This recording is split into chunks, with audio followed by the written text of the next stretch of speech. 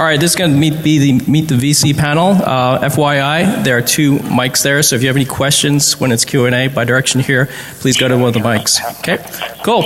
Just give me a big hand.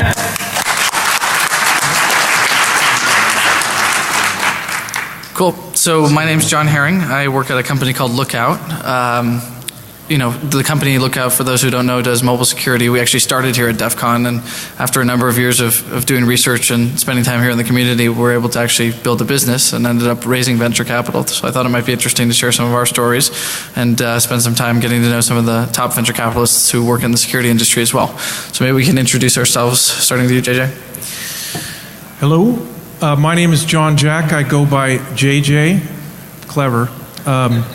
I was the CEO of a security company called Fortify Software, which was security at the application level. We were one of the pioneers in that space, at least in terms of commercializing a lot of work that had been done prior to us starting the company. We grew that company fairly well, became the standard in financial institutions, governments, telcos, and actually the standard in commercial software providers. People like Oracle and SAP and EMC all used this product in order to root out vulnerabilities in the software that they delivered to their customers. That company was acquired by Hewlett-Packard in 2010. Previous to that, I was CEO of a couple other companies. One we sold to VMware, one we sold to a company called Corporate Data. And now I work part-time with a VC firm called Andreessen Horowitz. We have a number of investments in security.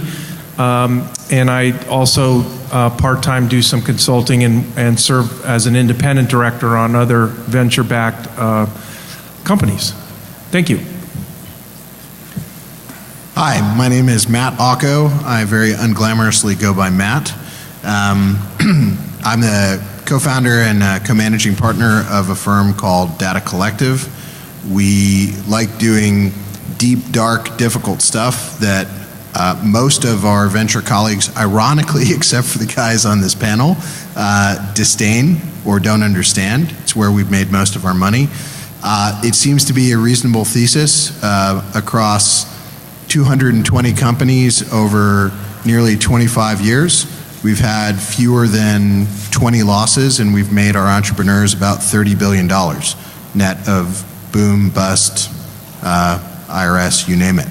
I think some of the distinguishing characteristics of our firm that may be a little unusual is that 3 out of the 4 partners still read and write code, still understand chip design. If you show me a 10 million gate design and you're lying to me about the clock tree, I will know. We've really enjoyed doing really fundamental stuff. We're the seed investors in ZenSource. We're very early on in VeriSign. A number of our companies in the security space are important parts of Google and VMware and Facebook and some other demanding customers around the world. And we love this stuff, and I'm very happy to be here today. Good afternoon. My name is Ping Li. I'm a partner at Accel. I've been doing venture investing for close to 10 years now. Accel is a early stage venture capital firm. We've backed companies all the way from the seed stage to the growth stage. Offices here in the US, Silicon Valley, in London, China, and India. And our goal is to always find exciting entrepreneurs that are trying to build category-defining companies, and been investing in security for quite some time, and Lookout is just one of many companies we work with. Hi, I'm Deepak Jeevankumar from General Catalyst Partners. Okay. We are an early stage and late stage venture capital firm with $2.5 billion under management, and we have bagged companies across multiple industries, including cybersecurity. Some of our investments that you know of are Kayak, Airbnb, Stripe, Snapchat, more recently. We have also have not shied away from hard technology investment. So actually, Accel and us used to share an investment called BBN Technologies, where the early internet research was done. And one of our companies called Reveal Imaging did like a hardware for bomb scanners, and they had only one customer called the TSA. So personally, I started writing code when I was about 7 or 8 years old. I don't remember now. And the first one was Logo. I don't know if you guys ever used Logo before. And I have hacked quite a bit, and I think I was lucky to be involved in 2 of the largest supercomputing projects. I was an architect on those projects in human history. So happy to share, and happy to, I hope we can convince more of you to become entrepreneurs in cybersecurity. So it's interesting. So this is my 11th year at DEFCON, and I can tell you when I first started coming, it's not something I would have expected to see venture capitalists at DEFCON, and it's definitely changed a lot as time has gone on. Just the interest from a mainstream capacity in cybersecurity in general has changed a lot as this technology has touched the fabric of society and people's everyday lives. I'm curious, what are you guys looking for? I'm sure a lot of people in the audience are curious, as they're building projects and whatnot, what is it going to take to get funded by a venture capitalist? What are the types of things that you look for when you're looking for, a security investment, and looking for people at a conference like this? Okay, we're still going in reverse order because it says number 4 here. I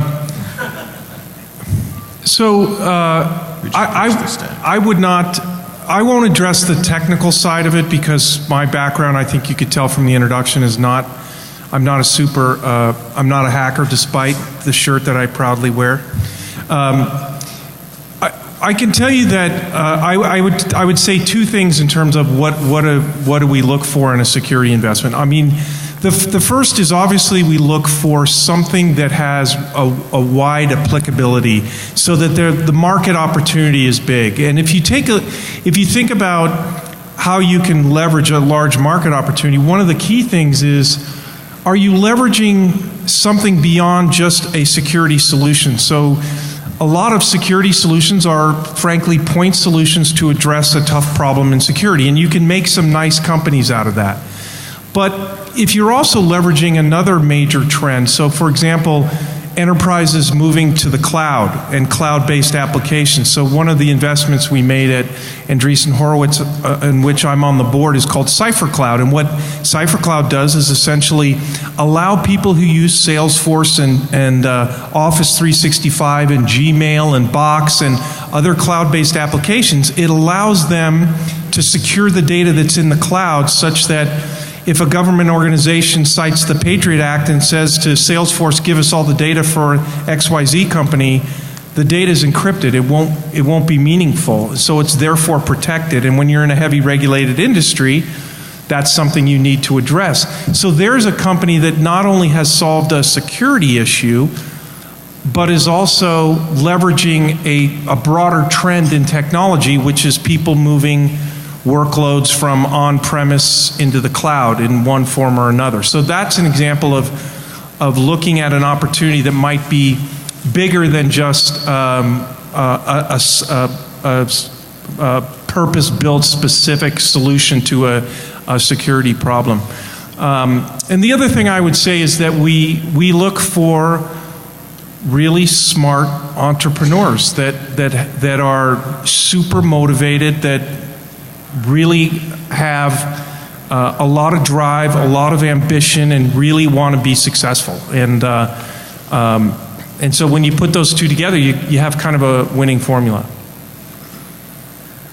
So I think John makes an excellent point. Big markets are important, but in a number of the investments that we've done, some of which actually ended up being co-investments with Ping's team at Accel or John's team at Andreessen, as they went through the end of their seed stage or into later stages, are distinguished by not addressing a big market today. So, half the Fortune 500 runs, or more than half the 500, 90% of the Fortune 500, 95% runs these Potemkin village antivirus systems. That's a big market. You can say, hey, $10 on every aging desktop PC for the US and other G7 countries is a big market. We have no interest in that. We're interested in the stuff that's going to cause a CIO or a CSO to, in a late stage adopter company 3 years from now, to panic and say, I must have this at all costs. Because one of the dark but unspoken truisms in venture capital is anything worth doing actually takes a long time. And all these sort of huge fantasy outcomes that are celebrated as overnight successes or inevitable successes, like a Google, actually took 7 or 8 years of really hard work. Things like Nasira, and congratulations to Andreessen for having the foresight to invest in that, are kind of random events. So when you're building a product, if it's doing something meaningful, by the time you've got it polished and by the time somebody that's going to pay you actually gives a crap, it's been a couple years, maybe more. So if you're looking at stuff that will motivate a customer today, you've already put yourself out of the running.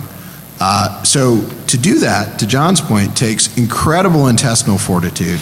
It takes people who can solve difficult multi-dimensional problems about how to run their company and keep their team happy and keep their customers happy all at the same time on limited amounts of money. And because you're going for the gusto for something in the future, it takes incredible tech chops. So, I mean, everybody on this panel is motivated not to invest in Me Too tech, even if it's looking 3 years out or something undifferentiated. We want to see stuff that has sustainable competitive advantage. And so two interesting examples. We're in a company called Sentinel that we did with Ping's crew at Accel. Those guys are standing a lot of existing security assumptions on its head. They're doing something very, very interesting that actually produces deterministic results for important stuff and runs only in user space. They don't hook the kernel at all. I was astonished. I didn't believe it. It took me a long time to understand it, but it's light years ahead of anything else out there. That was worth doing. We're in a company with John and his team at A16Z called Illumio that's doing things that people said was impossible to enforce security for fungible workloads in the cloud. And by the way, John, I think it's fair to say that when those guys started doing that, most people were disdainful that real corporate compute workloads would move to the cloud. So anyway, hope that's useful. Yeah, the one point I would echo that Matt just said is some of these security markets that become really large are not obvious at first. And the great entrepreneurs are the ones that kind of see around the corner. And I remember when we first invested in John's company, John Herring's company, years ago around mobile security, the Android phone didn't really exist. The iPhone was just shipping. It wasn't obvious there was going to be any security problems with the mobile phone at the time. And having that foresight to be that far ahead of the market and understanding where the hackers are going to be, I think is a real set of instincts that we look for. Security is particularly hard to invest in because it's an arms race. Every time someone comes to our office with a great idea, there's 10 hackers out there with a better idea that's going to get around his great idea. So you really have to find entrepreneurs that we found that really have been coming to DEFCON for the last X number of years. They have to be in the cutting edge of whatever the hacker community is thinking about and pushing the envelope on. And that's really hard to find. Folks that actually understand the problem but also understand the opportunity to build a company around. That intersection is really rare, and that's kind of what we look for in security. Yeah, I would totally agree with most of those points. One thing that I would like to add is that we are at the intersection of three major trends at the same time in the history of computer science and technology: mobile, cloud computing, and big data. A lot of people have written about this, but what that means is that we are going to see multi-dimensional security problems that we've never seen before. So it is an amazingly good time to be thinking about innovations in cybersecurity. I actually wrote an article yesterday on the Forbes on cybersecurity for the app economy. But the point I make is that we have to make tools that are faster and more better than things that we have seen before because of this multi-dimensional problem that exists today. And in terms of the entrepreneurs that we look out for specifically, number one, you need to be great evangelists of your product without overselling it. Then number 2 is you should have the ability to look around market changes, because markets do change. Human behavior changes very rapidly than what we think it does. Then, and to Ping's point, yeah, you need to be best of breed in what you do, and you need to stand the test of your peer groups who are almost as good as you or even better than you. John, if I might, I guess broadly speaking, everybody in this audience is kind of in the catbird seat for building a company, because as much as fluffy consumer companies get love and attention and big valuations, that's actually not where the real money is. And everybody in this room is probably aware of somewhere between a mini to a full-scale security holocaust that's in process. I mean, I'm pretty convinced that RSA up to 512 bits is irretrievably broken, which means every bank and web server and DNS cert out there is effectively vulnerable right now. I'd say that's a pretty large problem. And the only alternative, there are alternatives. The only practical one is stuck rotting away inside of RIM. So there's a giant $10 billion company right there that I don't see anybody doing right now. People are fantasizing about the so-called Internet of Things. I can't even leave my Bluetooth on here because I'd really prefer not to pay for your guys' next vacation.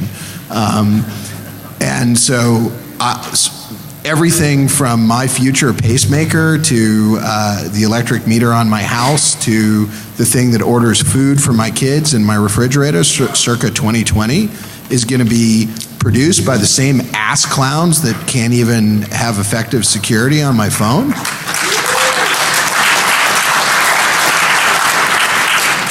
So, John asked a really good question. What are we looking for? Well, the answer is we're looking for you guys to step up, much as John did when everybody was pretty smug about the state of mobile security, shock the hell out of us and produce a giant solution to a giant problem that nobody was thinking about.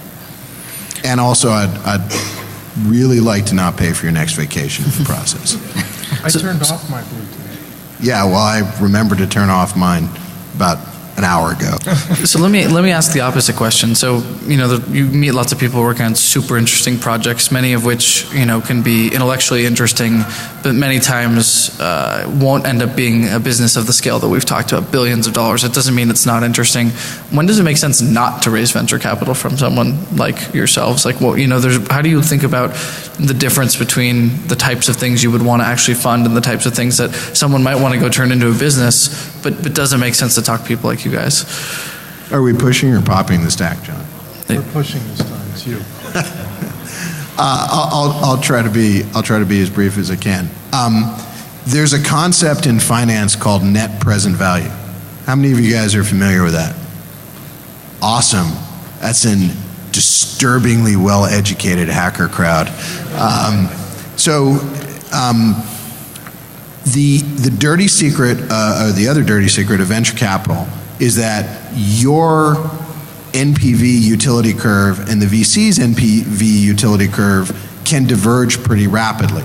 So thanks to a feature of preferred stock investment, most VCs get the right to keep investing in your company every time you take money, which means as long as we have deep enough pockets, our stake doesn't go down and it may in fact go up a little bit. Your slice of the pie, as more new dollars pour in, is in effect reduced over time as you continue to build a company.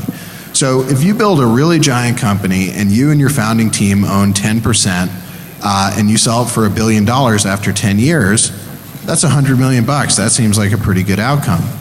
But if you own 80% of your company and you sell it for $100 million 2 years into it, that's $80 million.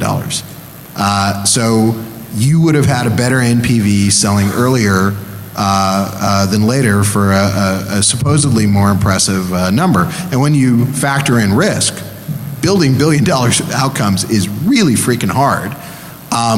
You're definitely better off selling for $80 million in 2 years. Now, that's also that magic outcome is hard to do, and I'm picking deliberately simplistic examples.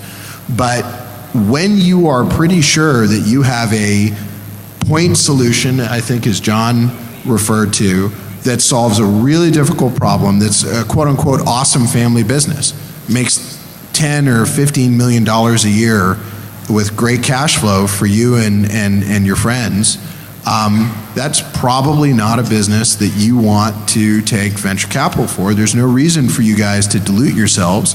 If you need money, take angel money, keep 80% of your equity, and when one of the big bruisers panics and realizes they need this point solution and pays you $100 million, laugh all the way to the bank.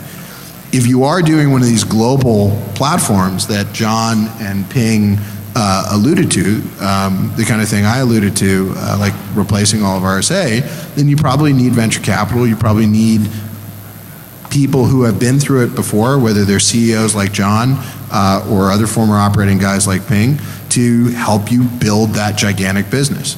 So that's kind of how I see the world. Yeah, I'll give two examples to kind of put a finer point to what Matt's saying. The answer isn't always venture capital. We are currently investors in a company called Tenable, which is the guys that created Nessus. And that company was bootstrapped by the founders for, I think, 5-6 years before we even put any money into the company. And it was profitable, growing very rapidly. Nessus is a very popular vulnerability scanning tool. And they didn't need the money because the business could fund itself. And they didn't need someone like myself because they knew they didn't need those resources in the network to grow their business. It was growing very fine. And in the last year or so, they decided they saw a larger opportunity around going global, about attacking, extending the product line where they need additional capital. More importantly, they needed a partner that knew and had experience in expanding the business in ways they haven't expanded before. So the decision to make and take venture capital was less about the money, since the business is profitable, but more about the expertise and value add a partner can bring. In the case of John Herring's Lookout, it was very different, right? Obviously, from the very beginning, they were going after an exploding market in the mobile security space, where speed to market, time to market, and getting out ahead of the mobile platform, which is getting innovated by Google and Apple, was a precondition they just had to deal with from day one, right? So where venture capital was needed to accelerate the business and also helping scale a team and do all the other things around company building was needed day one, right? So I think it all really depends, and I don't believe for the majority of the businesses out there that you require venture capital. I think it's something that you should look at deeply before you take money, because as Matt says, once you take money from another partner, it's a partnership, and it's not a sole proprietorship anymore, and that's a very big transition. So I think it really depends on the opportunity and what you want to do. And if I could jump in, I think Ping makes a great point that sometimes there's a perception that what venture capital is you get money and then the VC comes to your board meeting hoping you're doing well. And that we do that, though. We do hope to do that. You really do. If in the early stages, if you do decide to accept venture funding, you really do need to look for a partner. You really do need to look for a firm that has people and services that will add value to what you're trying to do. I mean, these firms you see up here are all firms that have done a lot in security. So obviously we all have resources that help you be successful. At Andreessen Horowitz, we have a thing called the Executive Briefing Center that John knows about, that we bring in chief security officers and government officials and all sorts of people on a weekly basis and bring in our portfolio companies, and they get to present to people even before they've released the product to test the market for their idea. And as they mature, like John's company has, they get to talk to real buyers of the solution. And that's a real big service that, for example, Andreessen Horowitz, we bring for our entrepreneurs. So to Ping's point, you really do want to pick a partner that's often both the firm and the individual partner at the firm that's going to be your chief liaison and help you grow the company. And actually, I want to chime in and amplify John's point. it's not just the firm, it's not brand. There's a company that John and I actually have in common that's desired right now by a lot of people in the venture capital community, and they met with one of the very senior guys at one of the top 10 firms in the world. Every Fortune, Forbes article, New York Times, Wall Street Journal, TechCrunch. I mean, however you want to view kind of external validation, this firm had it, and to some extent, this guy had it as well. And he was such an arrogant dickhead in the meeting that the entrepreneur said, not only will this guy not be helpful, right? I mean, however giant a check he wants to write, but he'll be actively harmful. And by contrast, and in credit to JJ, the entrepreneur said, look, what I want is somebody like JJ, who's an operating guy, who's done real stuff, who's been through good times and bad times, it can help me move a little further down the road. He basically said, I want another partner because I'm stuck in the boat with this person for 10 years. And Ping and his team are successful in this because they act like partners. And the entrepreneurs that we fund early on like both of these firms because they're happy with them. We're still waiting for Deepak to start writing checks, so this is a gentle nudge. We got a few for you, buddy. So let me frame this problem, right? The problem is this: as an entrepreneur, the odds of failure are far higher than the odds of success. That's history, that's data, you can read anywhere. So every step you take, every meeting you go to, everyone you talk to should be able to increase the odds of success. That's the fundamental underpinning here. So all the top venture firms, I can say, largely speaking, are there to help you to increase the odds of success through introductions to top CISOs, helping to find the right mentors for you. Finding a mentor is really, really important, and never underrate that. So I think most of the top VC firms can help you do that.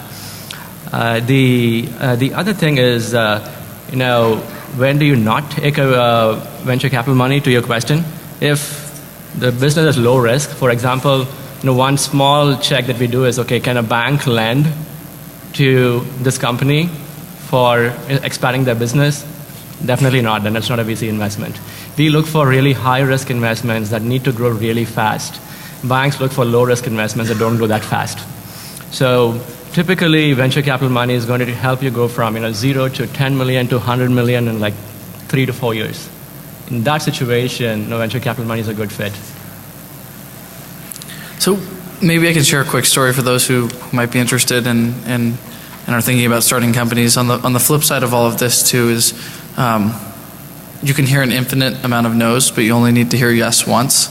And it's really important to keep that in mind. I remember vividly, when we were first getting off the ground, we were doing obscure wireless research and a lot of mobile stuff, and there was not a lot of interest in what we were doing at first. Ping wrote us a check, and a few of our early angels did, but most of our investors that we pitched did not understand what we were doing at all. And it's really easy to get depressed when you're running around trying to raise money and everyone's telling you you're basically an idiot. But having the fortitude to continue on, I think, is one of the greatest lessons I've ever learned in raising venture capital.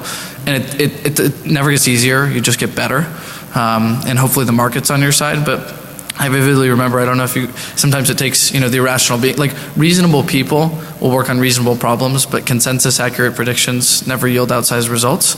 Really important thing to understand. The outliers come from things that are non-obvious, and unreasonable people will work on unreasonable problems. Thus, you probably need to be pretty unreasonable to do something amazing.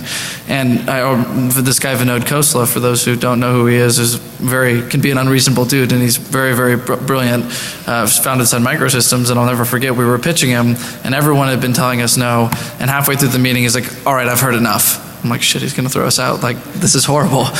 And he's like, I'm in, what's the valuation? And he literally wrote us a $5 million check that afternoon. And I've never experienced anything like that after hearing no's for just like 50 no's, and then something like that happens. And then not long after that, Accel got involved and the company really started to take off. And there's definitely a world where this company never would have even existed if we wouldn't have kept going, not because we were there to make money and not because we were there to build a business, because we love what we do. I mean, there's 140 people at DEFCON from Lookout. You know, we're a much bigger company now, and it's who we are. Like, nothing's changed, even when we're a lot bigger, and that's really exciting to me. So I think it's something really important to think about as everyone here starts businesses, is the foundations and passion, and it's a lot about having the fortitude to keep going. So my question for this group is, how do you think about spotting the non-obvious investments? Like, when you see deals that you're willing to make a non-obvious investment in, I'm curious, Ping, I know you've done a bunch of these, like, what are the things that you look for in an entrepreneur when you're willing to make a bet that seems really out there? Yeah, I think at least the way we think about Accel is the venture guys don't come up with the ideas. And we never confuse ourselves with the entrepreneurs. So what we look for is for the entrepreneurs to provide that inspiration. And it really is from going out and talking to as many entrepreneurs as you can. The reason why I'm at DEFCON isn't because I'm going to win, any hack competition or anything like that. It's because I can spend time with what I think are really smart people that are thinking about things 10, 15 steps ahead of what I'm thinking about. And our job as venture guys is just to identify those people that have those insights. So it's really, in some ways, I always say, like, the best entrepreneurs are the ones that convince me that doing the impossible is actually possible.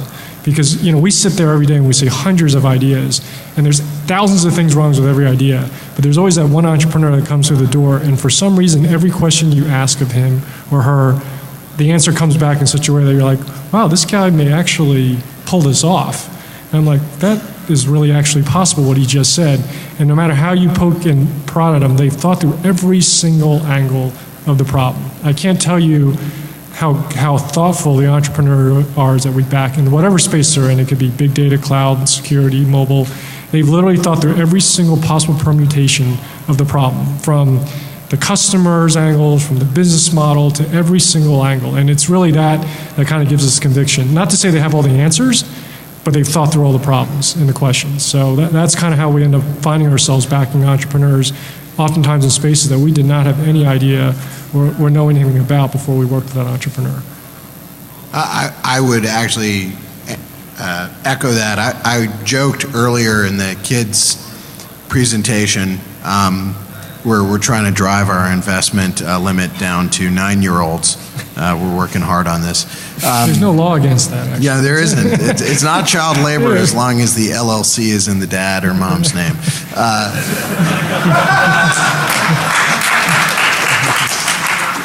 So kidding aside, what I said there is I want entrepreneurs who will make me feel like a moron. And my wife would say that's actually not very hard, but what I would say is, to Ping's point, you can be in a meeting with an entrepreneur, and I've watched this process both at Accel and Andreessen Horowitz, and in my own career and deals we have in common. You think you're being very clever, the entrepreneur. I'll pick a fairly abstruse example. The entrepreneur is doing something that for some reason involves zero knowledge proofs. Maybe it's a hobby of yours. Maybe you read a couple of the Scientific American articles about it, or an IEEE Spectrum or ACM proceedings thingamajiggy, and you think you've actually caught this person out, and they're 9 steps ahead of you. And by the way, everything else that you ask, you have the sense as the big baller VC that you're a child, that this person is patiently explaining how the world really works. And that's when, as empirical as we try to make VC, that's when you get the gut feeling, especially if the person is passionate and engaged and driven about what they're doing, that this is a human being that you can back. That they have this combination of, as Ping said, all the answers, but the fire in the belly to go through with it. And John, you come across as a fairly quiet guy, but clearly you had the fire in the belly as well as all the answers when Vinod stopped you halfway through. I get one more thing is, we're wrong all the freaking time. So to John's earlier point, or his earlier story, you can't look at a VC saying no as a valid condemnation of your dream or objective or goals. You have to look at it as a fallible human being or group of human beings with incomplete data making the best literal guess that they can. And by the way, no's are good. I mean, one of the things that we pride ourselves on is no matter how crazy the idea, we will write a couple of paragraphs that explain in detail our decision making for the no. We never send an email saying, yeah, it's just not a fit. All right, check you later. We say, hey, look, you had this product flaw, and we talked to the 4 customers you asked us to, and they were lukewarm, and you have 17 competitors, you only listed 4, the market may be more crowded than you think. And a lot of the time, we get a thank you instead of an FU, even when we say no, because it's actually useful for the entrepreneur. This is the one conference you can actually say fuck on stage. Yeah, okay. So if you can, I've always wanted to do that. I've been doing a lot of panels. The first time I could say fuck on a panel. I just wanted to get that out.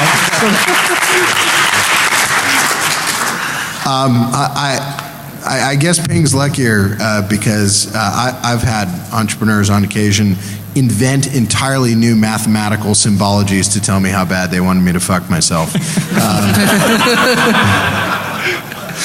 But John's absolutely right. You can't take a no as definitive, and I think when you do get a no, the one piece of feedback that I have for everybody in this room is demand the reasoning behind it and use it to go strengthen your pitch.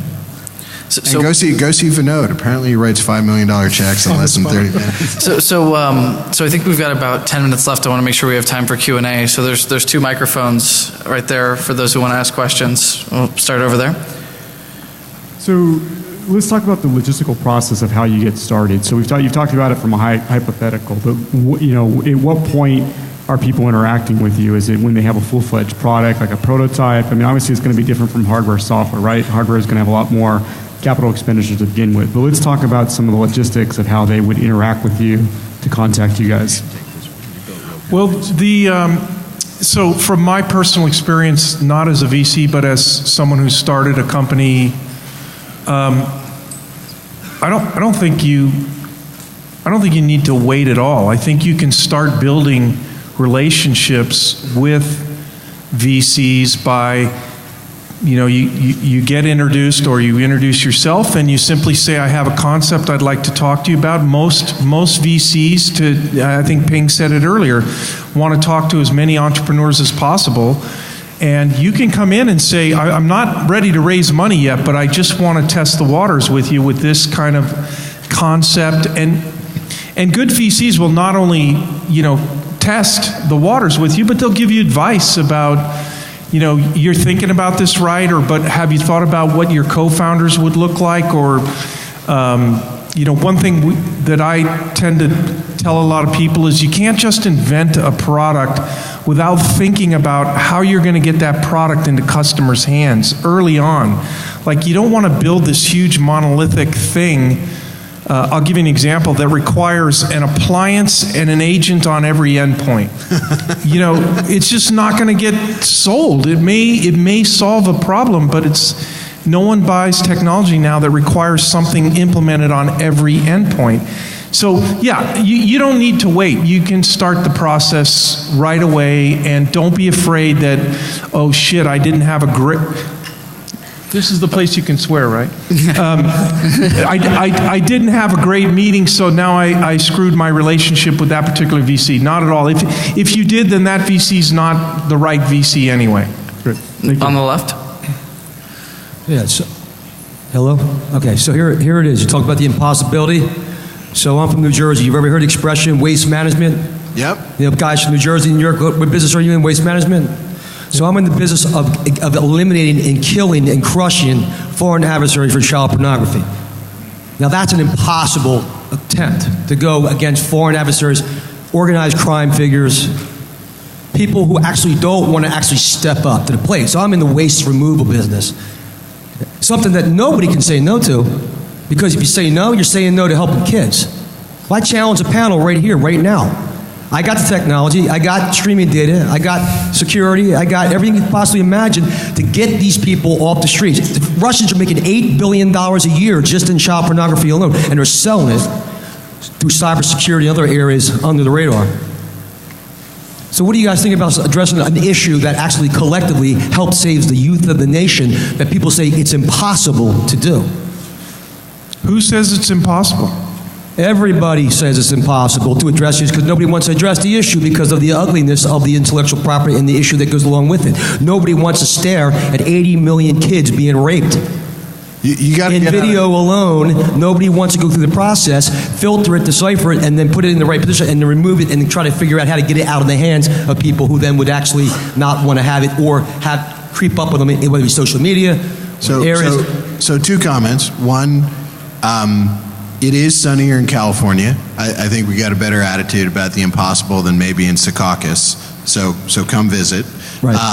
The second thing is, I can't speak to my fellow panelists. I know some of them had tight schedules, but I will come find you and I will listen for 10 minutes to your impossible idea, and I will give you the best advice that I can.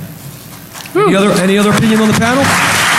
I'll be outside right afterwards. Is it just you, or nobody else has any comments? I have no idea what my colleagues can do, but I will step up. Great. Over here on the right. You got it. Yes. Hello. I'm an internet veteran from decades back, and my question is, when are ideas too big for you guys to be interested in? I heard earlier on you talked about Cipher Cloud, something like that. Well, I come from maybe a slightly different alternate universe from this crowd, from the standards fields, and there's this, gone through this multiple times in the past, but currently there's something called DNSSEC, could be a platform for a whole bunch of security, solving a lot of problems, maybe eating some security vendors' lunch as well. And I've heard, when I'm looking for interest from investors, just to, not to make money myself, but to make this stuff happen, I get, well, you know, Rick, that's a big play. That's too big. That's too rich. And so, you were talking about looking for I understand maybe it's 1 out of 10, then you're doing really good if you're successful. So I understand risk is not something you're afraid of, but I'd like to get maybe a one-sentence, short little response about when is something not appealing at all to you guys? That's just too big. Thanks. Well, I couldn't hear everything, but just in your question about when is something too big, there really isn't anything too big. And when you have when you're in the venture capital business, we're about finding big opportunities. I think the thing that I would think about with your particular opportunity is to actually break the problem down into smaller pieces. Don't try to solve the end state right from the beginning. I think a lot of entrepreneurs see the end state, but the market or the industry may not be as far along as where you want it to be. So one of the failure modes we've seen in a lot of companies is being too early to a market, and just making sure that you line yourselves up with market realities, and will play out over time, and sometimes things take longer or they take a path that's slightly different. So the end state is usually bigger than what anyone imagines, but how you get there sometimes is very different. And I think a lot of people try to do the big thing first. So be patient, I guess. Great, thanks. Over here. So I'm one of these people that has an idea. I'm not ready to come to venture capital yet, and because what I'm working on is two-factor authentication, behavior and bio in one fell swoop, I'm going to need to put an endpoint on every, an appliance on every endpoint. Unfortunately, that's just the nature of the beast.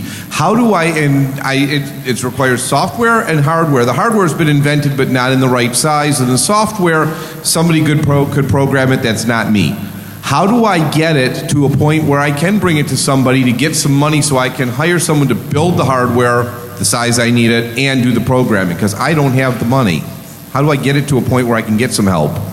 You can come today, and then we can talk about it. And I'm sure to an earlier point here, it's okay to go to VCs before you are ready, before the product is in the market. so we can give you advice on what we have seen on how to bring such products to market. I'm assuming I need to have you sign an NDA? VCs don't do that. Yeah, we normally do not sign NDAs. So maybe I can chime in here. Okay. A couple things. One, the only purpose of an NDA that you can argue for is actually in the first to file patent regime, which would be to protect you from future claims by somebody that you'd exposed your information in public and therefore you couldn't patent it. As it turns out, if you're talking to somebody about financing your company, there's an exemption in the law for that applies internationally. So you're not jeopardizing your patents by talking to a VC under first to file.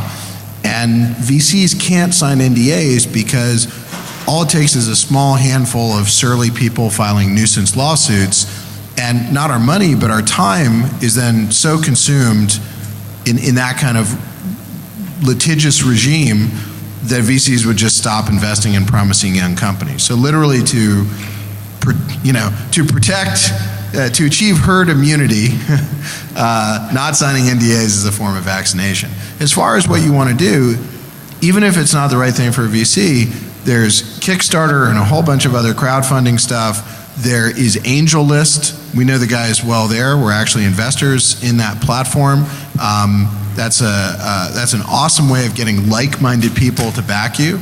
And you know what? I don't know exactly what you're doing, but if you showed up and said, hey, I've got something that plugs into a USB port or it works over low-powered Bluetooth, the next generation of laptops, and I can provide bulletproof, authenticatable security locked to an individual human being.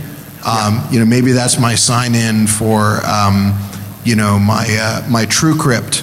I can unlock TrueCrypt with your gizmo. You're right with me. Keep going. There's $500,000 of human beings interested in that on AngelList or Kickstarter without a huge amount of effort. So I say go for it.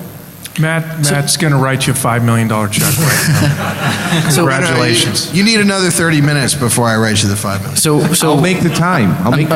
Unfortunately, we're out of time, but I know the panelists will probably be up here after for questions. So anyone who does have questions, just come on up and grab the panelists after. Let's thank everybody. Appreciate it.